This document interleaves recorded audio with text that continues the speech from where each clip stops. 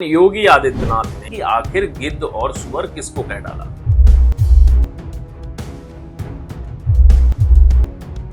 किसी ने सच कहा कि महाकुंभ में जिसने जो तलाशा उसको वह मिला। गिद्धों को केवल घास मिली, सुअरों को गंदगी मिली। श्रद्धालुओं की मृत्युओं की संख्या के आंकड़े बार बार विपक्ष मांगते हैं।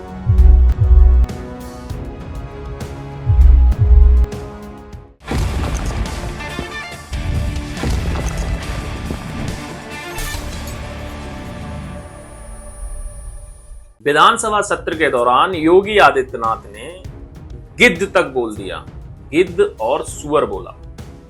आखिर क्यों बोला और किसको बोला, क्या है मामला, पूरा मैं इस स्टोरी में विश्लेषण से बताने जा रहा हूं कि आखिर गिद्ध और सुअर किसको कह डाला। तो नमस्कार साथियों, मैं हूं दीपक शर्मा और आज देख रहे हैं दी डेमोक्रेसी और मैं बात कर रहा हूं उत्तर प्रदेश विधानसभा सत्र के दौरान उत्तर प्रदेश के मुख्यमंत्री योगी आदित्यनाथ ने विपक्ष के नेताओं को जमकर घेरा। मामला क्या था, तो स्टोरी को विश्लेषण से देखिए। विश्लेषण मैं ये बताने जा रहा हूं कि महाकुंभ की आस्था को लेकर तमाम लोग सोशल मीडिया पर कुछ ना कुछ डालते रहते हैं। इस समय जो महाकुंभ है, महाकुंभ का लास्ट यानी कि 26 तारीख को लास्ट स्नान होगा, यानी कि जो श्रद्धालु है उनके लिए 26 तारीख तक का एक महाकुंभ डिसाइड यानी 45 डेज का महाकुंभ का ड्यूरेशन था। उस महाकुंभ में श्रद्धालुओं ने बढ़ चढ़कर हिस्सा लिया। रिकॉर्ड तोड़ श्रद्धालुओं ने संगम में डुबकी लगाई, यानी कि जो आंकड़ा है 63 करोड़ पार कर चुका है।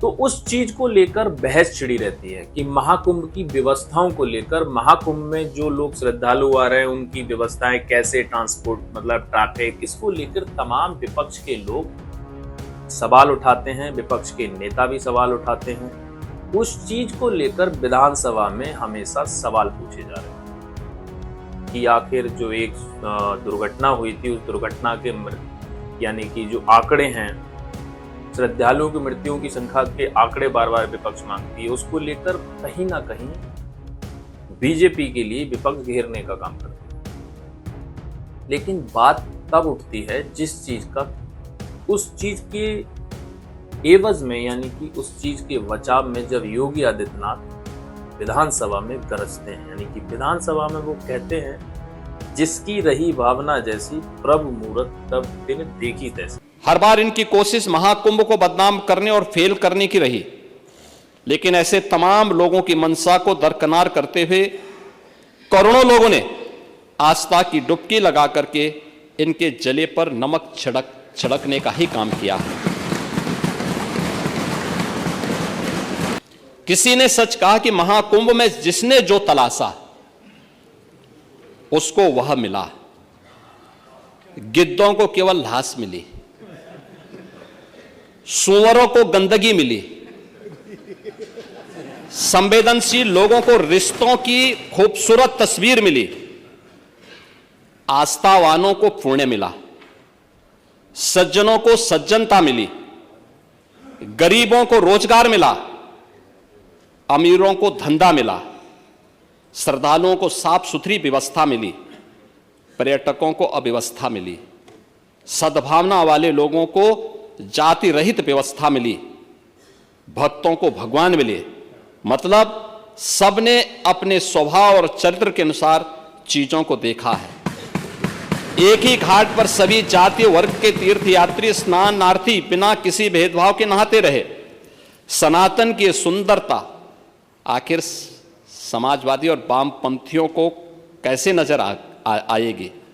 इसका मतलब है सीधे सीधे उन्होंने कहा कि गिद्धों को गिद्ध दिखे, सुअरों को सुअर दिखे, यानी कि जिसके मन में जो रहता है उसको वही दिखी, और जिसके मन का मतलब जिसका मन श्रद्धा के प्रतीक था उनको स्वच्छ गंगा दिखी, जिनके मन में श्रद्धा थी उनको आके उन्होंने संगम में डुबकी लगाई, यानी कि सब व्यवस्थाएं दुरुस्त थी। इसी कारण 63 करोड़ श्रद्धालुओं ने संगम में आके डुबकी लगाई।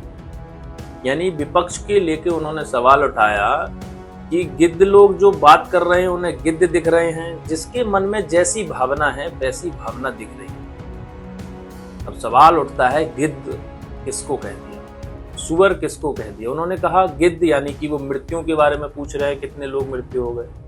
वो ये नहीं देख रहे हैं कि कितने लोग श्रद्धालुओं ने आई, एक रिकॉर्ड तोड़ लोगों ने संगम में डुबकी लगाई भावनाओं के, यानी कि हमारा महाकुंभ यानी कि आस्था का प्रतीक। उस आस्था को लेकर योगी आदित्यनाथ ने बयान दिया था कि जिन लोगों के मन में भावना थी उन्होंने उनकी बदौलत उन्होंने सोचा, तभी तो 63 करोड़ लोग डुबकी लगा पाए संगम में आकर। लेकिन कुछ लोग गिद्धों की तरह सोच रहे हैं कि मृत्यु कितनी हुई, कुछ सुअर लोग सोच रहे हैं कि गंदगी कितनी फैली हुई है, यानी कि जिसको जो दिख रहा है वो उस भावना से सोच रहा है। उन्होंने विपक्ष पे आरोप भी लगाया कि पहले पे तो आपके समय पे जिस तरीके से आपने कहा कि हमने एक विशेष समुदाय के लिए संगम में आने से यानी कि महाकुंभ में आने के लिए रोक दिया, लेकिन हमने ये कहा था जो मन के साथ श्रद्धा के साथ आ सकता है वो आ सकता है, लेकिन अगर किसी ने मन में कुछ गलत सोचा तो उसके लिए वो ठीक नहीं होगा।